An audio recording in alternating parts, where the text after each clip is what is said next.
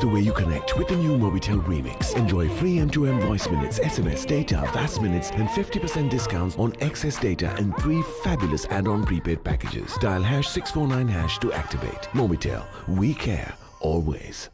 If you're looking for a leasing company to make your wheels go round, with fast, friendly and hassle-free service,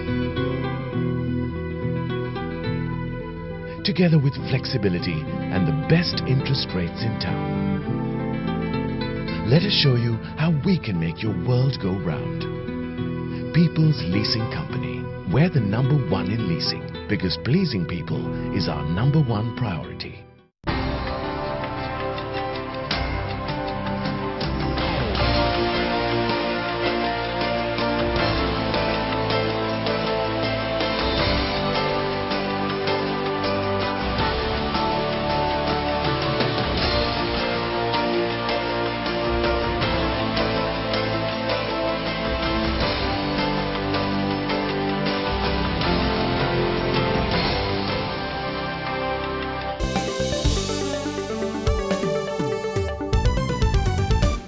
Welcome back to Benchmark. I'm Anushan Selvaraja, and joining me now is the Managing Director of the Nielsen Company, Shaheen Cader, with the latest on Business Confidence Index. Now, Shaheen, the BCI plummeted to a 3-year low of 90 basis points in June from 107 in May. What, in your opinion, has led to this?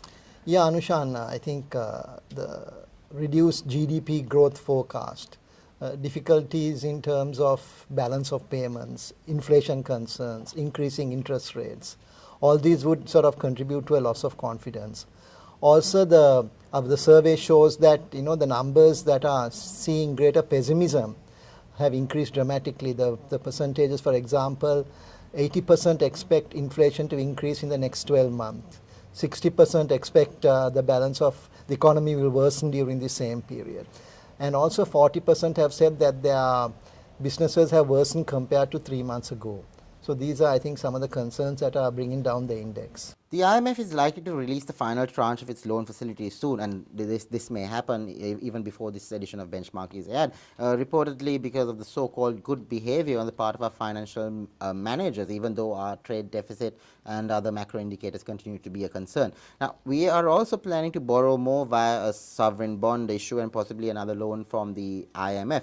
How will this unfolding scenario affect business and investor confidence going forward? I believe, Anushan, that in the short term, if we don't borrow, we run the risk of exceeding the IMF's budget deficit target of 6.2% of GDP, and the impact of that would be far worse.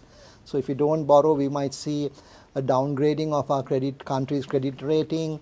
We might even make it more difficult to raise funds overseas at feasible costs, and also there could be a foreign exchange a depreciation of the rupee, and therefore I believe we have no alternative in the short run other than borrowing to sort of make ends meet. But interestingly, we also see that more and more respondents surveyed in the Business Confidence Survey are saying that one of the biggest national issues today is inefficient public services. Now, this number has gone up from 5% saying this in January to as much as 32% in June. So expectations of the business sector are therefore changing in more difficult times, and therefore there is room to change perceptions by improving public sector services, and at the same time, when efficiency is improved, the government could gain more revenue. So there are opportunities that can be looked at. Shaheen, one respondent says, and I quote, "Crude oil prices in the global market have gone down significantly compared to 3 months ago, but nobody talks about that. The government should have a proper plan to stock oil by purchasing at the right time and should not always transfer the burden by increasing fuel prices steeply," unquote. What are your thoughts on this? Is this something that is worth pursuing? Well, I think there are two aspects that we should look at. First of all, I think Sri Lanka cannot afford people to use more fuel right now, as our balance of payments are most impacted by petroleum imports, and therefore having a higher price for petrol, diesel, etc. would actually deter consumption. In fact, it should also be kept in mind that our fuel prices are actually lower than in a country like India. And also when you take into account that the rupee is now devalued by over 20% compared to a year ago, and global oil prices are actually in dollars. So even if there is a reduction in dollar terms, this reduction is more than offset by the rupee devaluation. And secondly, one has to keep in mind that fuel prices are volatile and can increase on many aspects, such as concerns of war in Iran or possibilities of the global economy recovering. And in the last 2 weeks, for example, the price, which is a common price used, which is the UK price, Brent oil, the spot oil prices have increased by 10% to $100 a barrel in just 2 weeks. So keeping all these factors in mind, with the current system of pricing that we have, it's not feasible to bring down prices as soon as they go down in the international markets. That was the managing director of the Nielsen company, Shaheen Cader. After a short commercial break, we will be back with an in-depth look into our economy. Stay tuned.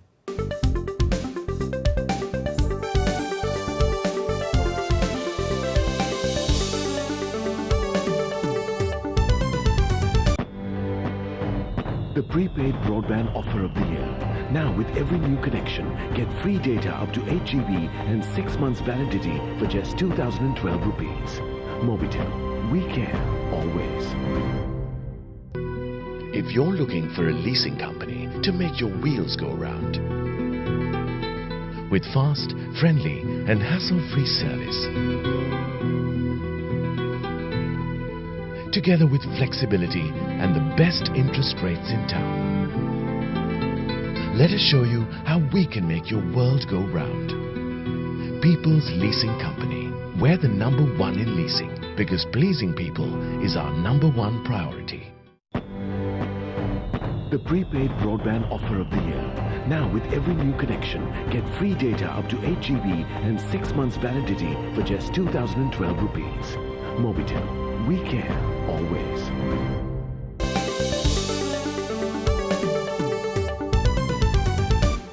Welcome back to the show. Joining me now is economist with Standard Chartered Bank and LMB columnist Samantha Amerasinghe with the latest on the economy. Samantha, is enough being done by the authorities to stabilize our balance of payments? Well, this seems to be the question weighing on everyone's mind. Although the external sector outlook has shown some improvement with the balance of payments deficit narrowing in the first quarter, external risks have further elevated. The slower recovery in the EU and US, Sri Lanka's key export markets pose downside risks.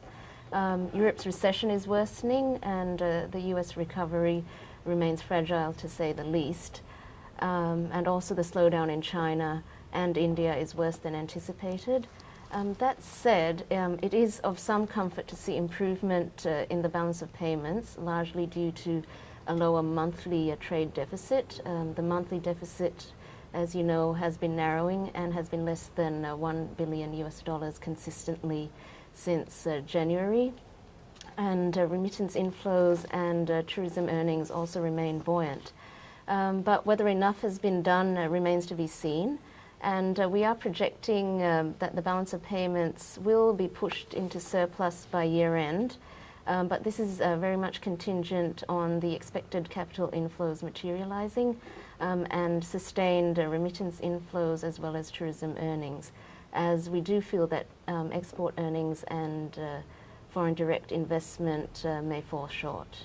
What about our export inflows and capital earnings? Do you think we can achieve the target set by the authorities? We have concerns that export earnings and capital inflows may fall short of the authorities' targets, particularly if global risk sentiment worsens.